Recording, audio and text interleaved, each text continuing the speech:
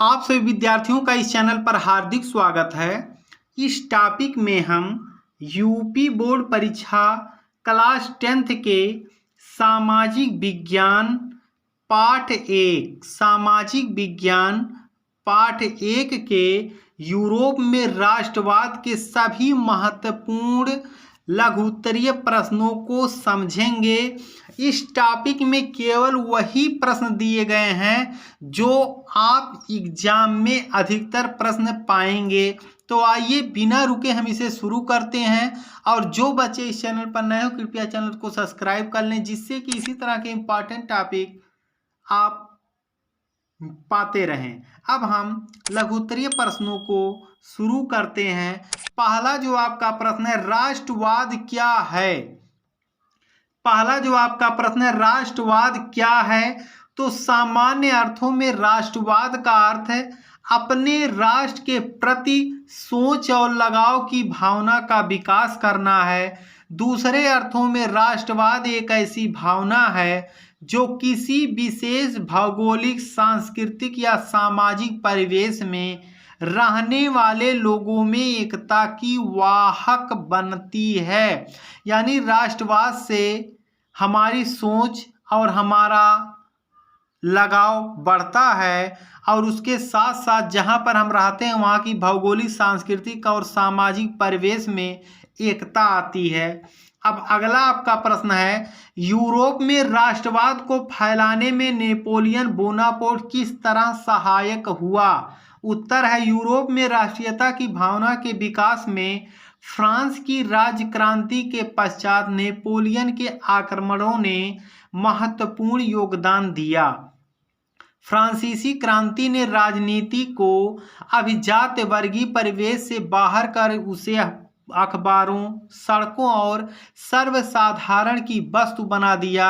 Europe के कई राज्यों में नेपोलियन के अभियानों द्वारा नवयुग का संदेश पहुंचा। नेपोलियन ने जर्मनी और इटली के राज्यों को भौगोलिक नाम की परिधि से बाहर कर उसे वास्तविक एवं राजनैतिक रूपरेखा प्रदान की, जिससे इटली और जर्मनी की एकीकरण का मार्ग प्रशस्त हुआ। दूसरी तरफ नेपोलियन की सुधारवादी नीतियों के कारण फ्रांसीसी प्रभुता और आधिपत्य के विरुद्ध यूरोप में देशभक्तिपूर्ण विक्षोभ भी जग गया। अगला आपका प्रश्न है, वेरी इंपॉर्टेंट प्रश्न, ऑटो वान बिस्मार्क कौन था? वह क्यों प्रसिद्ध है? ऑटो वान बिस्मार्क कौन था? वह क्यों प्रसिद्ध है? इसको समझ लीजिए। इनका जो पूरा नाम है ओटो एडवर्ड लियोपोल्ड बिस्मार्क। यह जर्मन साम्राज्य का प्रथम चांसलर माने होता है प्रधानमंत्री। चांसलर माने प्रधानमंत्री तथा तत्कालीन यूरोप का प्रभावी राजनेता था। वह ओटो फॉन बिस्मार्क के नाम से अधिक प्रसिद्ध है। उसने अनेक जर्मन भाषी राज्यों का एकीकरण करके शक्तिशाली जर्मन साम्राज्य स्थापित किया। वह द्वितीय जर्मन साम्राज्य का प्रथम चांसलर बना। अगला आपका प्रश्न है, ये भी प्रश्न आपका वेरी इंपॉर्टेंट है, मैटरनिख कौन था? यूरोपीय इतिहास में वह क्यों विख्यात है? मैटरनिख कौन था? यूरोपीय इतिहास में वह क्यों विख्यात है? उत्तर है, मैटरनिख ऑस्ट्रिया का चांसलर था। ऑस्ट्रिया एक देश है यूरोप महाद्वीप में जिसकी राजधानी वियना है। यहीं का यह चांसलर यानी प्रधानमंत्री था। वह घोर प्रतिक्रियावादी, क्रांतिक संदेशों का कट्टर विरोधी एवं पुरातन व्यवस्था बनाए रखने का समर्थक था। उसने जिस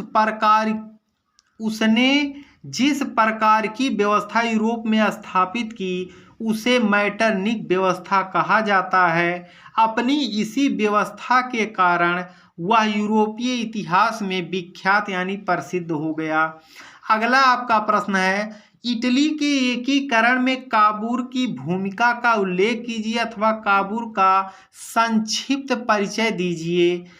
तो इसका उत्तर है, काबुल इटली के एकीकरण का राजनीतिज्ञ कहा जाता है। 1850 में वह सार्डिनिया के राजा विक्टर एमेनुअल का मंत्री एवं 1852 में प्रधानमंत्री बना।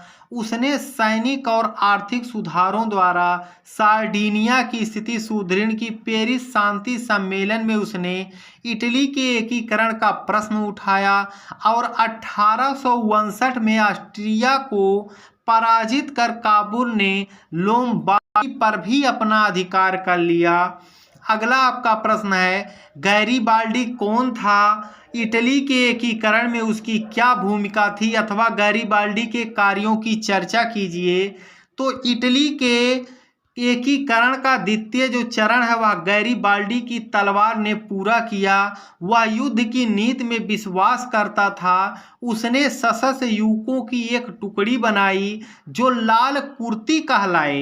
इनकी सहायता से उसने सिसिली, एक द्वीप है यूरोप महाद्वीप में, उस पर अधिकार कर वहां गणतंत्र की स्थापना की। वह पोप के राज्य पर भी आक्रमण करना चाहता था, परंतु काबुल ने इसकी अनुमति उसे नहीं दी थी। अगला आपका प्रश्न है, वियना कांग्रेस की क्या उपलब्धियां हैं? वियना कांग्रेस की क्या उपलब्धियां हैं? तो वियना सम्मेलन की मुख्य उपलब्धियां थीं, नेपोलियन द्वारा पराजित राजवंशों की पुनर्स्थापना का प्रयास किया गया।